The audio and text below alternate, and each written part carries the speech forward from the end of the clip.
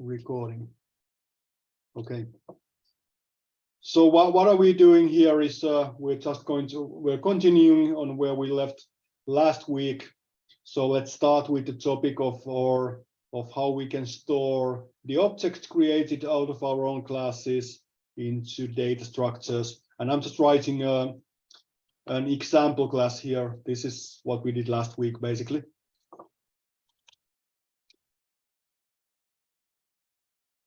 And we are going to write an str method for the class to return a representation of the state of the object.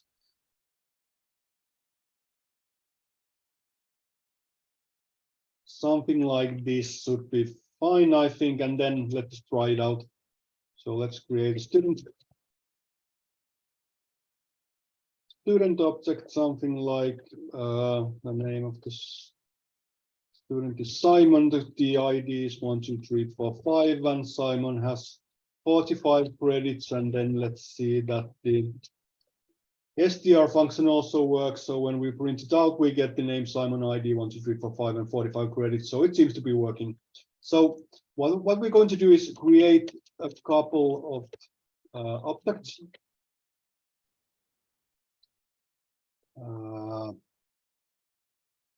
And 5, 4, 3, 2, 1, and 110 credits. Let's create one more.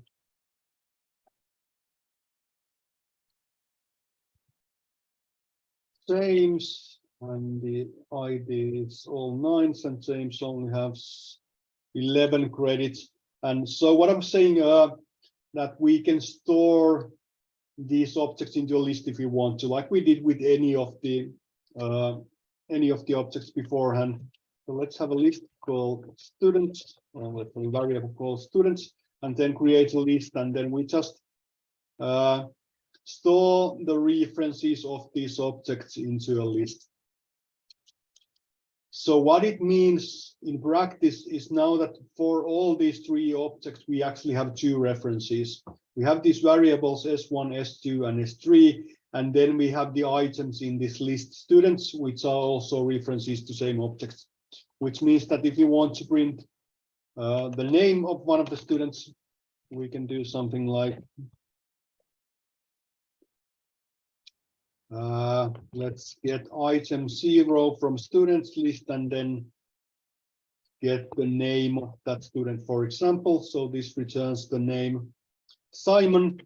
Or if you want to output the names of all students in a list, we can do something like for student in students, and then let's print name of all those students. So we get the names of all students, or if you want to get the IDs of all students, we can do something like this, or we can also output all of the student objects like this. So we're basically calling the str method for all of these to get the representations and then output this.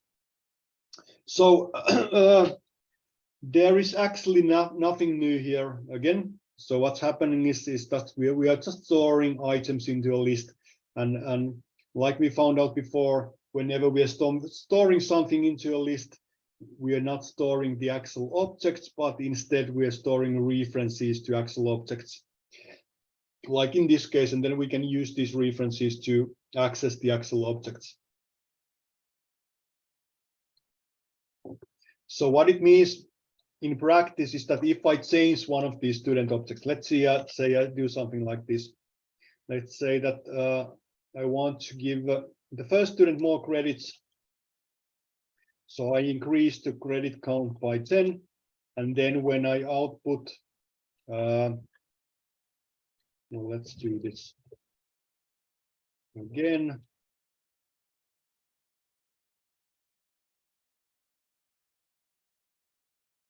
Something like this.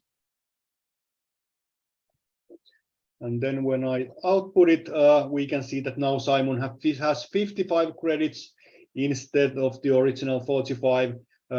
So it doesn't matter whether we're using the S1 variable or the reference stored into list, we're still accessing the same student object somewhere in the memory. So exactly like we did with lists, for example, we in the introduction course, we found out that we can have several references to same object, and it doesn't really matter which of the references we use because we are still accessing the same object. And the same applies here. So we can also do something like this. And now Simon has, instead of 45 credits, Simon has now 65 credits because we are using both these two references to access the same student with name Simon somewhere in the memory.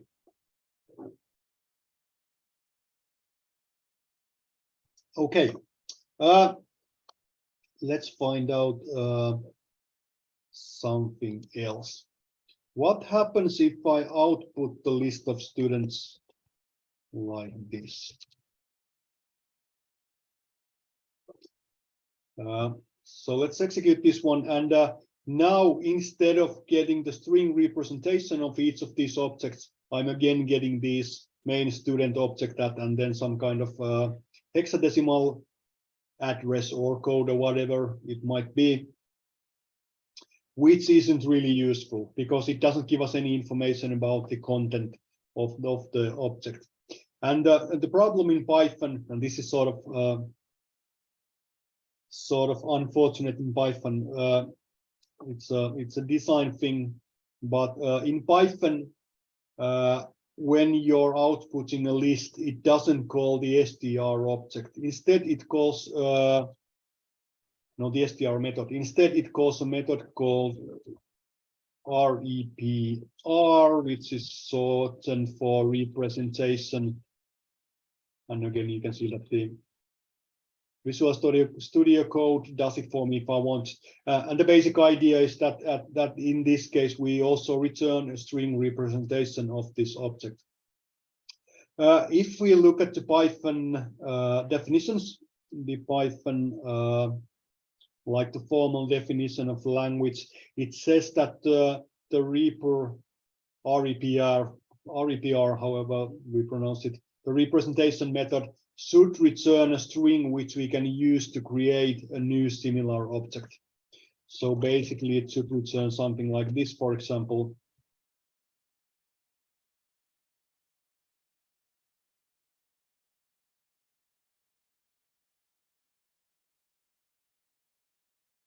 This is really a typical format to use for this one.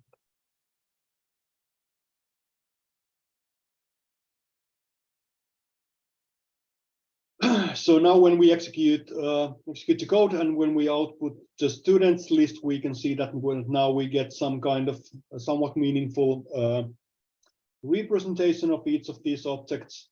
So, as I said, now this is like the official way to use this one. So we can use this as a constructor call to create a similar object out of this class. Excuse me. So this is like the official way to use it. You can use something else in other occasions. If, for example, if you're outputting a lot of lists and you don't think that this represents the information you want to, then you can change it. It's not that big of a deal, but this is like the official way to use it. This is how the Python sort of, or Python designers want you to use it. Anyway, the main thing here is to realize that the str method may not be enough because for example, when you're outputting a list or dictionary or tuple or anything like that, they are calling this repr method instead. But the idea is the same. It just returns a string which represents the contents of the current object. Okay. Then let's move on. Well, I talked about that we're storing the items as references. We can also use, of course, use object as parameters. So we can write, for example, a function just outside of the class, something like output student name. And let's have a student type is student as an argument or parameter, and then we just output the name. So it's not really useful method, but anyway, it shows that we can use our own object as arguments if we know how to spell print. I apparently don't. Like this, yeah. So when we call, well, what will the program output?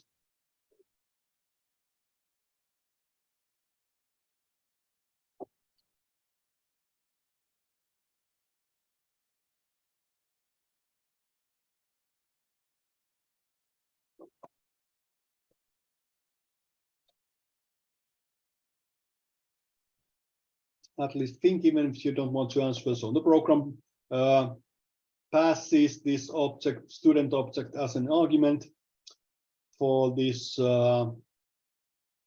function output student name, and then it outputs the name of the student. So it outputs Simon. And if we provide, for example, a different object like this student object, then it of course outputs James. So it outputs the name of the object provided as a parameter.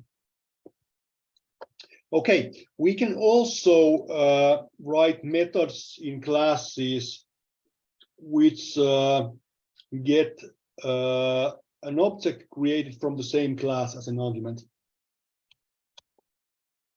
And let's write a method called BetterStudent, for example. And the idea is that we want to compare the current object to another student.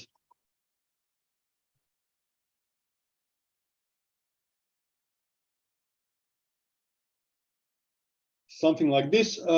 And the reason I'm writing this student, this type hint in quotas, is that because I'm working inside, or we're writing this method inside this student class, Python doesn't recognize that the class exists. So if I try to write it without these quotas, then Python adds this underline or stating that it's not defined. So to get rid of the error, we just use the quotas around it. It still provides the information we want to, we want to pass another student as an argument. And then what we want to do in this method in this case is we want to compare the two students and return the better one. So let's see if the current student has more credits than the student provided as an argument, then let's return the current student. And we can do it by just returning the variable or using variable self and returning the value referenced by that. So this basically, what this means is that we are returning a reference to the current object.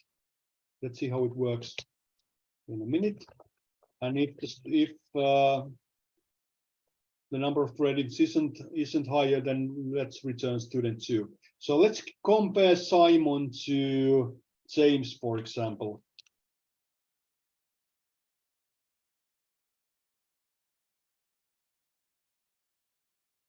Oh, missing something here. So what will the program output? There's a lot happening here now, but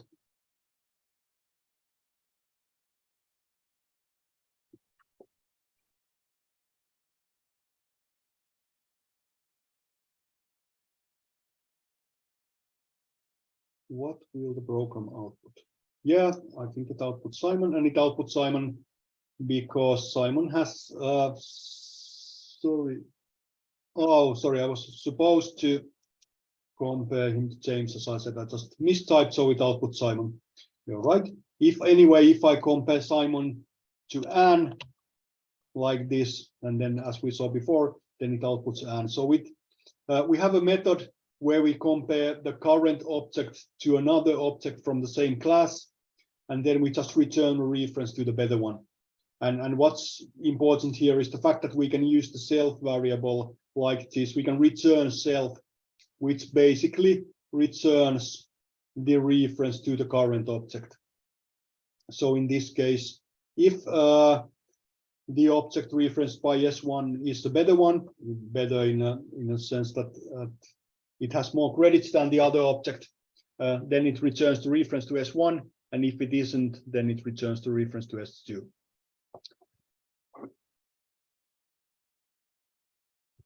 So this is useful in some occasions. The fact that we can actually use self like this, the fact that we can reference the attributes of the current object is also useful, always useful. But the fact that we can also use it in a return statement like this is sometimes useful as well. Okay, then what else? We can also store objects inside other objects. And let's see an example of this one. Let's have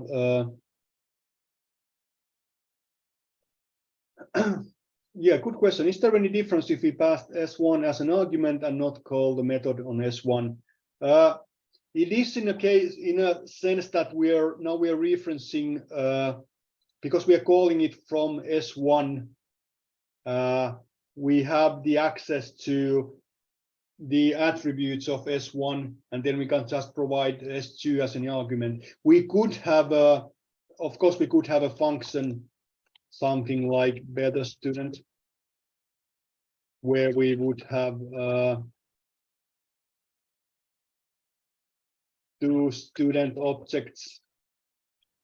I'm not going to write it right, but similarly, where we could have two parameters which are both type student, and then use it something like this, and then just compare which one is the better, and then return that one. And actually, in this case, this might be more logical, but the upside of this one is that we're always comparing something to the current object, which might be useful if we have, for example, if we have a lot of students which we want to compare to the current object.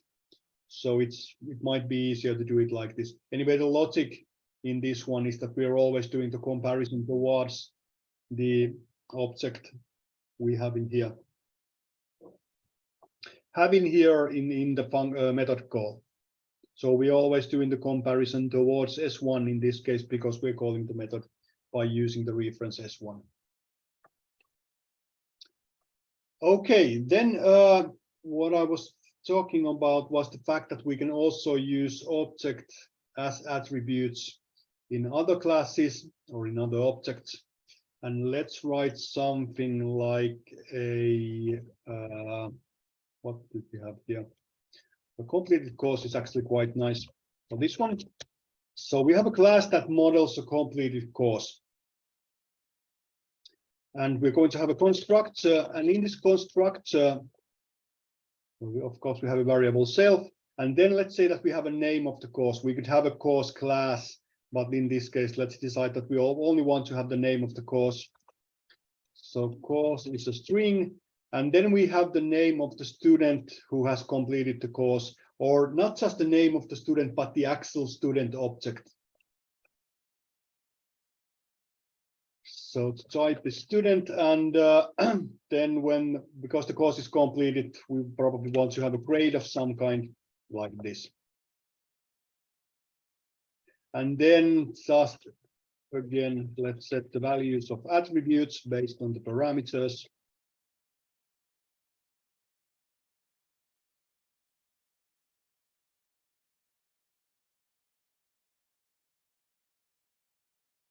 Like this. And then let's decide that we don't need anything else at the moment. We could have the str and maybe REPR methods and whatever. But let's decide that in this case we don't really need this. Okay, and so how it works? Let's have just going to need one student, and then let's create a course completion object.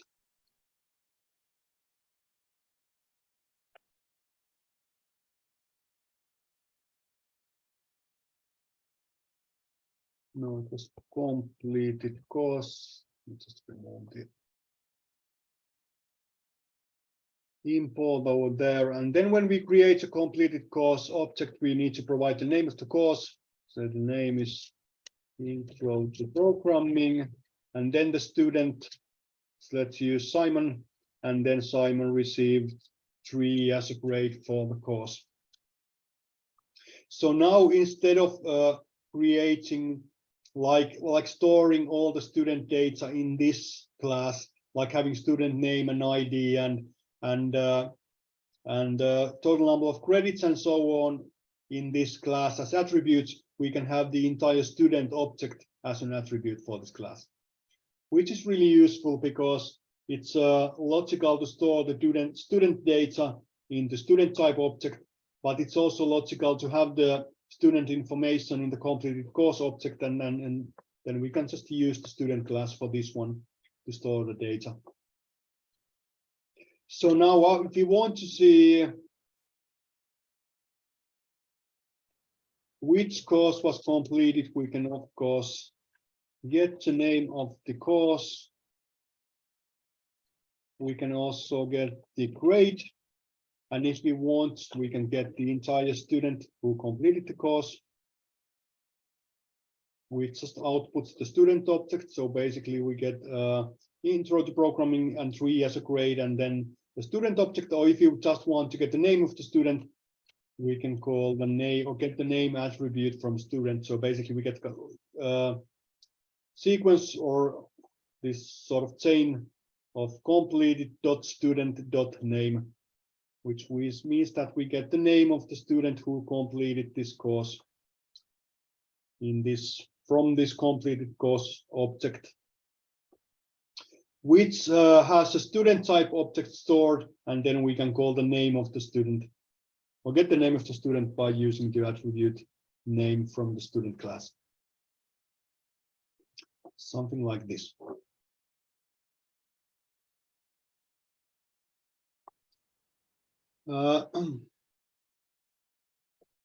Okay.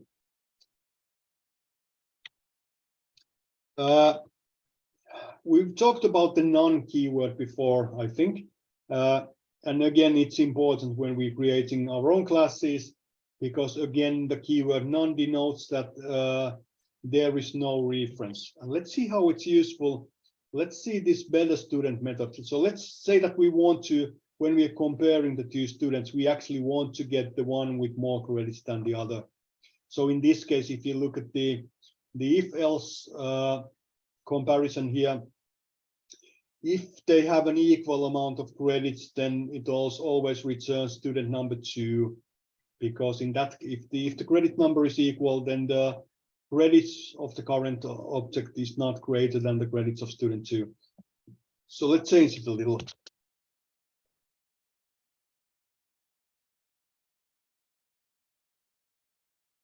Something like this. And now if neither of students is better than the other, we can return the none keyword. And let's also return it like this. And the idea is that that there is no better student. So let's return the none. So let's try it out. Let's say that Anne and Simon have an equal amounts of credits. So now if we compare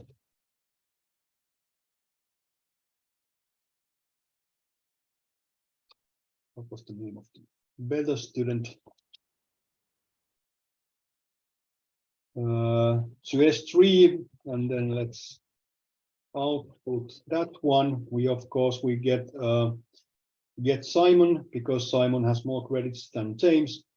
But now if we compare Simon to Anne, we get none as a response. And none means, as the name sort of implies, that there's no value for that variable, or no value in this case for that return value. It's like a missing value. And we can use none as when we're creating variables, for example. I can do something like result equals none. And now we have a result type variable. It doesn't have a value. It also doesn't have a type, but we can later assign a value into it. Anyway, the variable does exist. So we can use the variable result without getting any errors, but it just doesn't have any value. And similarly, the variable better in this case doesn't have any value, because this better student method didn't return a value. It returned like an empty value none. And this is something you need to take into account. Let's do something a little different. So let's again compare Simon to James, and let's output the name of the better student like this. And when we output it, we get Simon. What happens if I compare Simon to Anne and try to output the name of the better student? If you look at the code in there, what do you think will happen?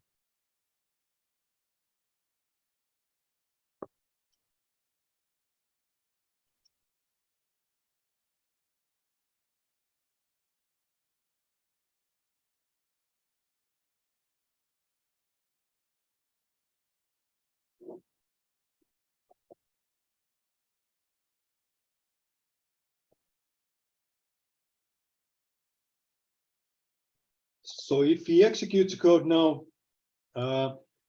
see that we get an error stating that non-type object has no attribute name, and this is because non-type object actually is an empty value. It doesn't have any attributes and it doesn't have any methods, and it doesn't even have a type. So it doesn't really output none, but instead it provides an error stating that it doesn't have any attributes. So it means that in this kind of case where the return value can be something like a none, we can check that that the better actually exists like this. So now when we execute this one, we don't get any output. We also don't get any error. But if the object does exist, then it outputs the name. So in Python, we can use an object as a comparison like this, as a comparison expression like this, even if it's not a Boolean type. So what happens here is that if this is a non-type, then this is false, and if it isn't, then it's true. We can also type something like if better is not none, which might be actually easier to understand if you're not that familiar with Python syntax. So nothing wrong with doing it like this, but this is effectively same thing. So if the value of better is something other than none, then this is true, but if it's none, then it's false. Okay. Then let's talk about something we discussed briefly at last time. So encapsulation, and the concept of the encapsulation was that the whole idea of object-oriented programming is sort of hide some things from the client. And the idea is to make using the objects as simple to client as possible. Another important thing is that we want to preserve the internal integrity of the object, which basically means that we don't want to objects to go in a state which is impossible for that kind of object. And what I mean with that is, let's see an example. Let's get rid of all this at the moment. We can also actually get rid of this one at the moment. Let's just have a student class and let's see what happens. So what we saw before is that we can increase the number of credits of a student. So we can let's create student again. Let's have Simon once more. And 1, 2, 3, 5, 4, for example. And Simon has 55 credits initially. So if you want to add more credits, we can do something like this. And we saw before that this works as intended. Of course, we can set the number of credits to be something like 100. Say that Simon has done well today. But the problem with this one is that what happens if I do something like this?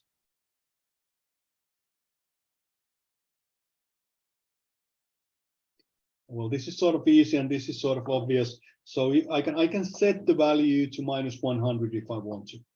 And this is problematic because now it breaks the state of the object.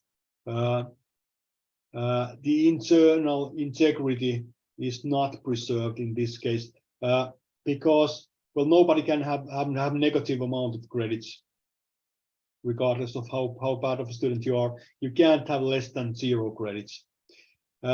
But like this we can't really prevent the client from setting the number of credits to a negative value. And this is problematic in a sense that the client may not do this on purpose. This might be like an accident. Maybe the client is reading data from a file or something and setting the values of object based on those, and there might be an error, or the client is reading like wrong column from a file, or whatever is happening. And now in this case, the client may not realize that there's an error happening, and we need to have some kind of mechanism to prevent this. So what we can do in Python is that we can create, maybe have a slide for this one. We can hide attributes. We can have sort of like private attributes in a class.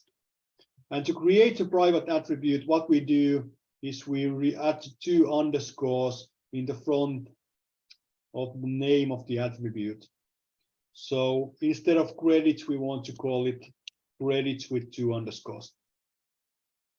Now the easy way to change this, because we're using the attribute in so many places, we're using it in str and REPR and better student methods, is just rename it, and in Visual Studio Code you can just click F2 and then give a new name to attribute, and then you can see that it changes it in all these occasions.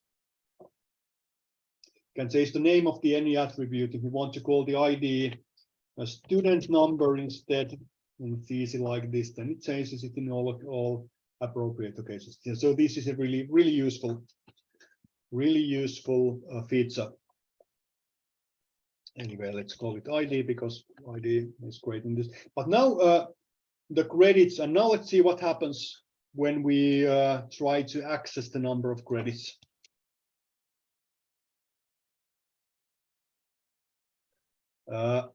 And now Python gives us an error stating that student object has no attribute credits like this.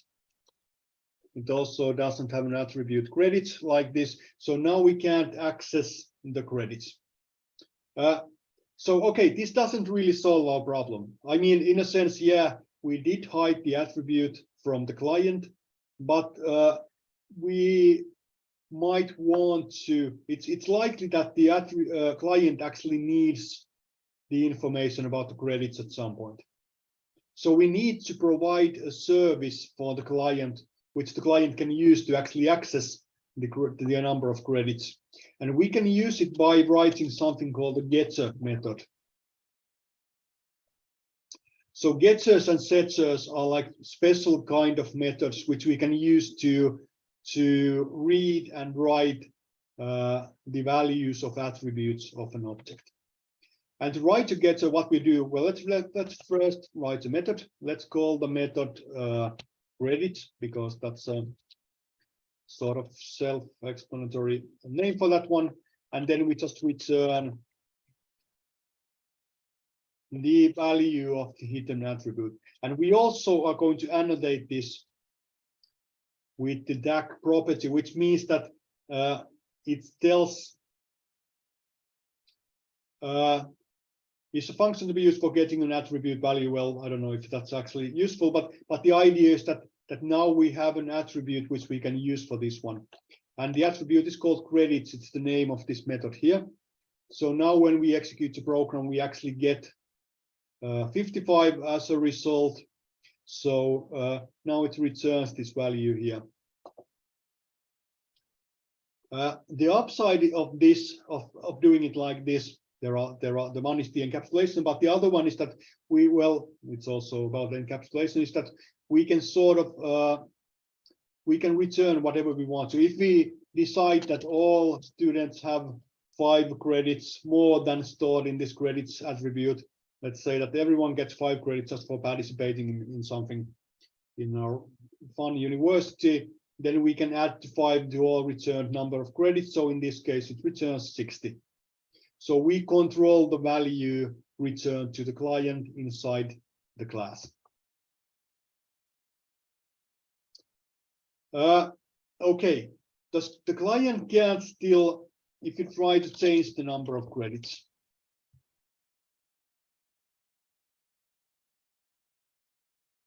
there's still an attribute error stating that can't set attribute. So we have protected the attribute, it cannot be set. And this is useful for some attributes. For example, student ID can be something like that. It's likely that the ID of the student doesn't change after the object is created. Names can change and number of credits can change, but the ID doesn't usually change.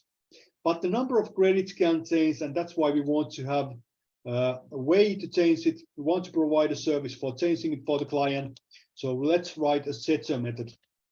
Again, it's called credits. And we want to provide the number of credits for this one. Let's call it new credits for clarity. And what we do is what we change or set the value of attribute to new credits. Let's also have a type in for that one. And then we also want to have the stack for this one, and what we're going to, what is it? We call it's credits, and it's type, and it's a setter for credits. So the property for this one, or is it here we use a property, and the attribute for this one we use is a credits.setter. So this reference is the name of this method here, and then the setter tells us that we are now setting the value. You can have a getter method without having the setter method like we did before, but you can't have a setter method if you don't have the corresponding getter method, this property in here. Okay, so let's see if it works now. So yeah, now we can set the number of credits to be 100. Get rid of that +5 in there. So we can actually see that the number of credits is now 100. So what is the upside of having this setter? I mean, we did all this work and now it just seems to be working like it did before. Before we actually had a private attribute and getter and setter, when we just had a like a public attribute. So why did we do all this work? Now the upside of this one is that we can write any code in these methods. So we can check that the number of credits provided by the client is acceptable. So let's find out that if new credits is larger than or equal to 0, then let's set the credits to be the new credits. So now if the client tries to do something like set the value to be -100, it doesn't change the value, it's still the original 55. But if the client provides an acceptable value like 100, then it changes the value. So encapsulation means that we hide details from the client and also that we protect details from a client. So we control what can be set as the value of an attribute inside the class like this. We could have I mean, taking credits away from someone doesn't really happen. So we could decide that the new value needs to be larger than the existing amount of credits also. So if the client tries to set the number of credits to 30, then again that isn't accepted, but 55 remains in this case. However, whatever we decide is the appropriate rule for this one. But let's decide that there might be, in some occasion, it might be useful to be able to also subtract the number of credits. Maybe there was an error or something like that, like this. Now, if the client provides an inappropriate value for this one, or like unacceptable value, we can either do nothing, or then we can decide that it's a good idea to notify the client that the value isn't acceptable. So we can, for example, raise an exception. Value error is great for this one.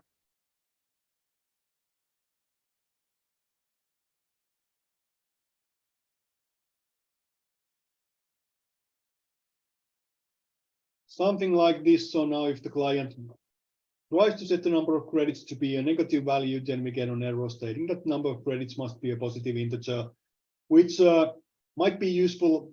So it might be useful to notify the client that they're doing something wrong. They're trying to provide a value which isn't acceptable for this kind of object. So then the client can fix the code on the client side. Okay, let's have a couple of more examples. So we probably want to provide, let's say, the name to be private as well.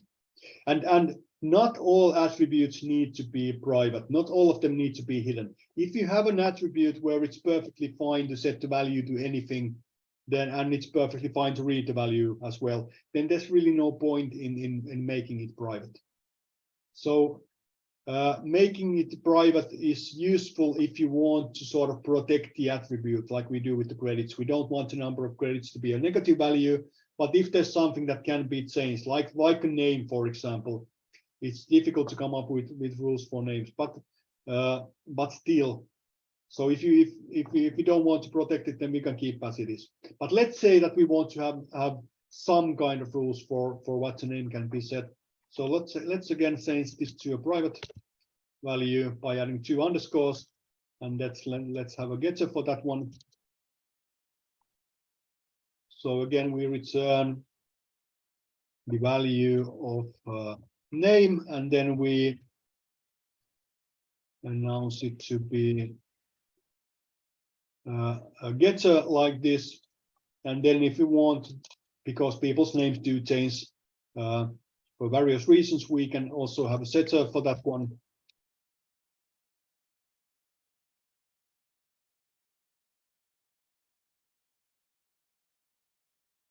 So let's set the name to be the new name. And then again, let's have the annotation for this one, not property, but name dot setter like this. So now we can, again, this isn't useful in a sense that this is exactly similar to just having a public attribute, but we can have some kind of rule for this one. For example, we can check that the new name isn't an empty string, for example, because name can't be empty. And maybe there can be some other rules, something like the length of the name.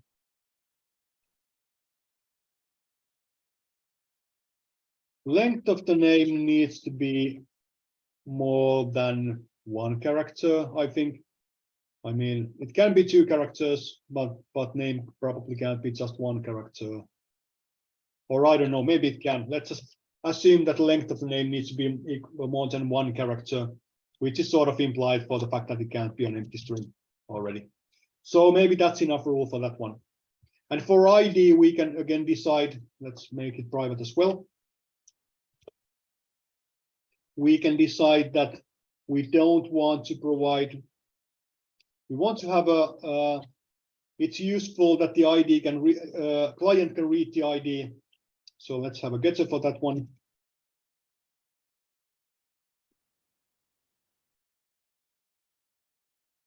And again, let's have the annotation like this, but let's not provide a setter for that one, because ID, your student ID doesn't really change. The whole idea is that you're given 1 student ID when you start in an institution, and then you're sort of stuck with that ID for as long as you keep studying that university or that school. And when you go to another school, then you can probably create another student object anyway, because then you're going to have a different amount of credits and so on, and whatever.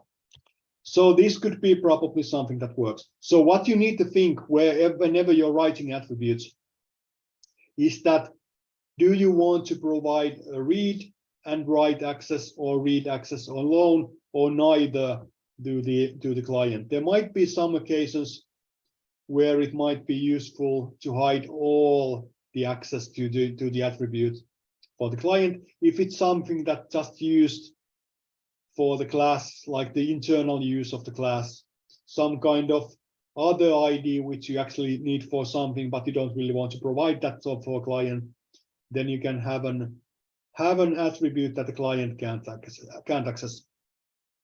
So you just hide it with 2 underscores and you don't provide to getter or setter, and then the client can't access at all.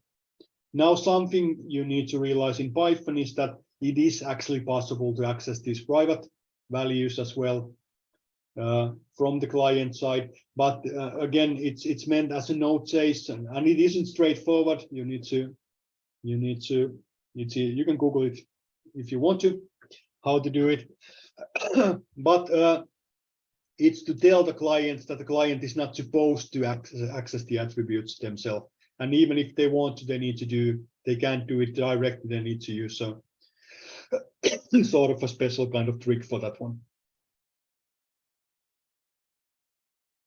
Okay, what else? We talked about getters and setters.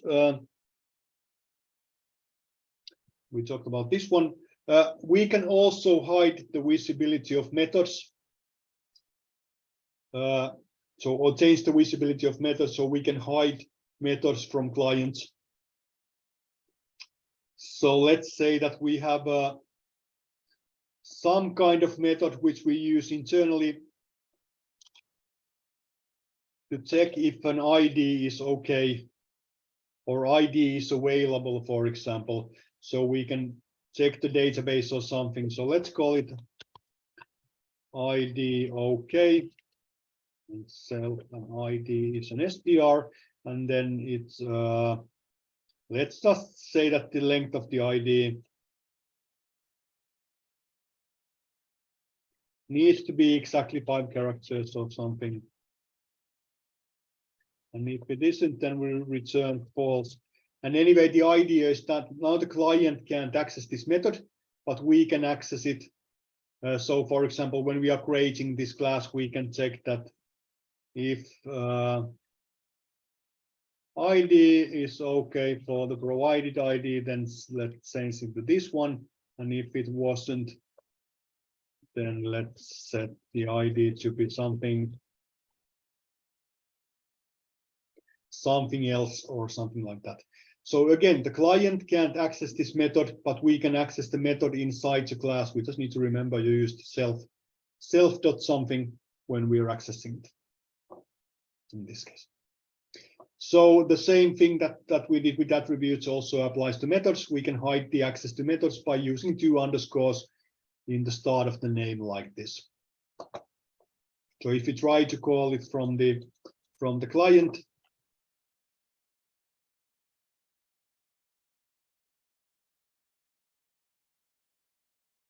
you get an attribute error, then the student object has no attribute ID okay, saying that we can't access it like this. It's only meant for internal use of the class.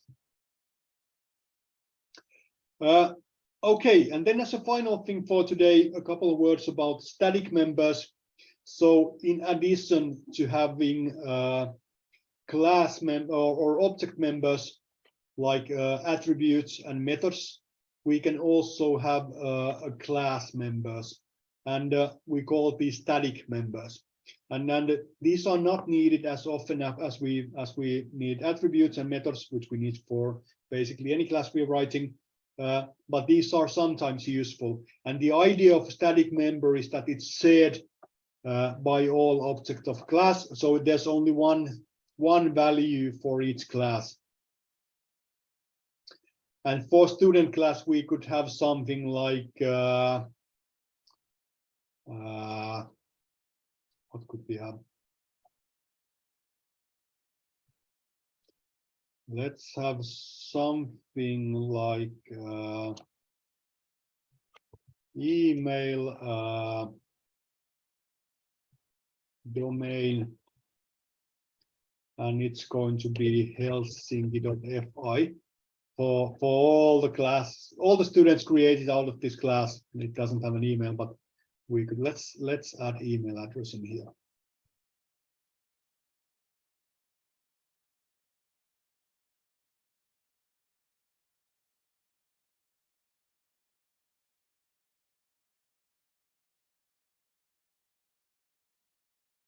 Something like this.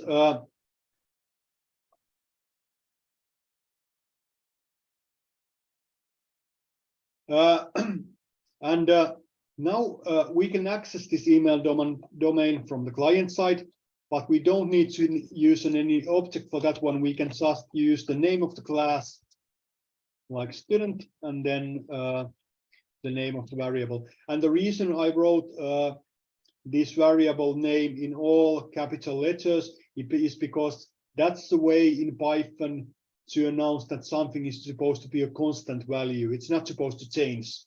The value of the email domain is supposed to be the same all the time.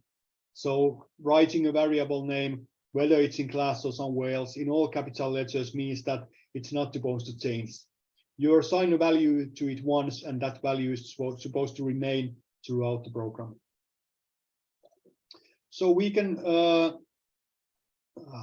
we need to have one more attribute to Simon. Of course, we added Gmail, but other than that, we can now access this, and we don't need to create any object to access this value. We can just use the class name like this. So static variable is shared.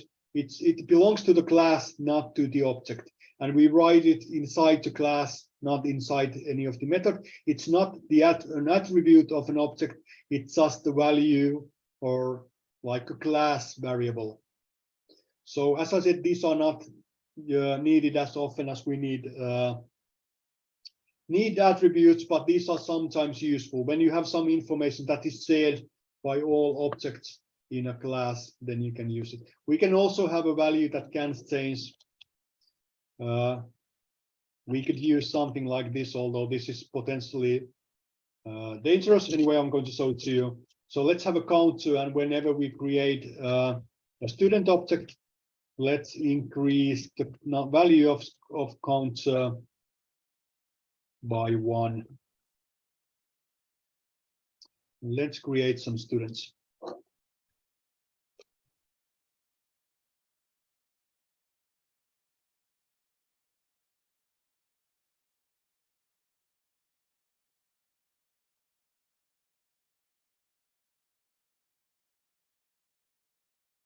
And then let's output the value of counter. So it should be 1. And then when we create more students,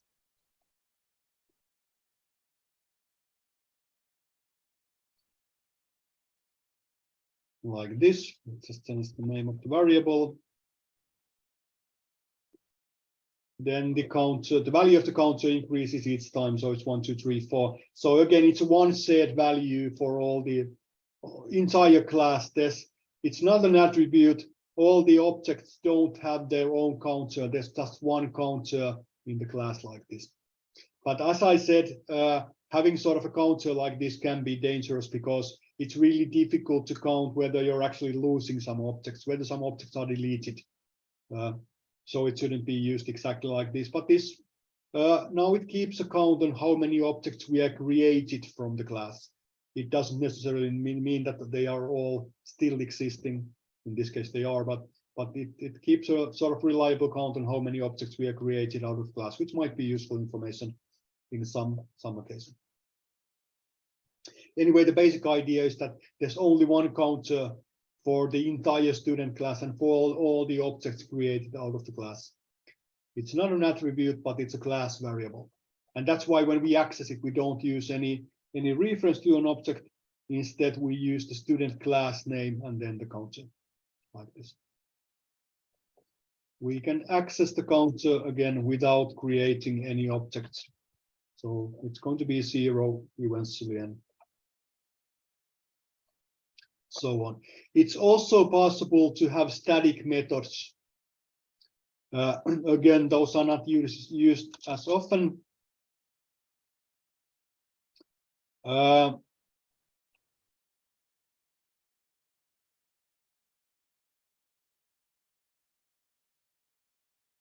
Let's have something like this, for example. Let's say that all students share the same school, and for static methods, the first variable is also always CLS, which is sorting for class. We can't use the name class because it's reserved for creating a class in here.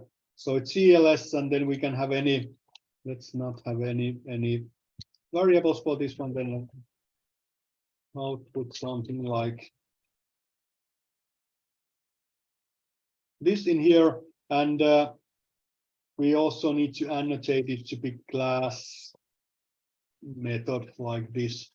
And again, this means that we can call the class method without needing to create any objects. So I can just type student dot output school name like this, and then it executes the method, and I don't need to create an object out of the class to do it. Again, as I said a couple of times, actually, you don't need, these are not needed as often as the object methods, but sometimes it's useful to have like a tool method in a class which can be used without creating any objects out of the class. Something like this. Class variable class. For example, this actually might be even more useful than that school name thing, which probably isn't useful at all. But we could have a class car, and then we can have a method for license plate valid, which we can use to check if any given license number is a valid license number without needing to actually create a car object for that one. Okay, do you have any questions about anything today? So we continue where we stopped last week. So encapsulation, the idea of using object references in other classes and storing them in the data structures, and then static members. So basically a lot of new stuff, but nothing of this should be too complicated. There's a lot of syntax to remember, so you probably need to write a couple of getters and setters before you actually remember how to do it. But then again, it's really easy to Google. If you don't remember what was the syntax for Python setter, it's like 10 seconds in Google, and then you know how to, or remember how to do it. Okay, if you don't have any questions, then let's stop.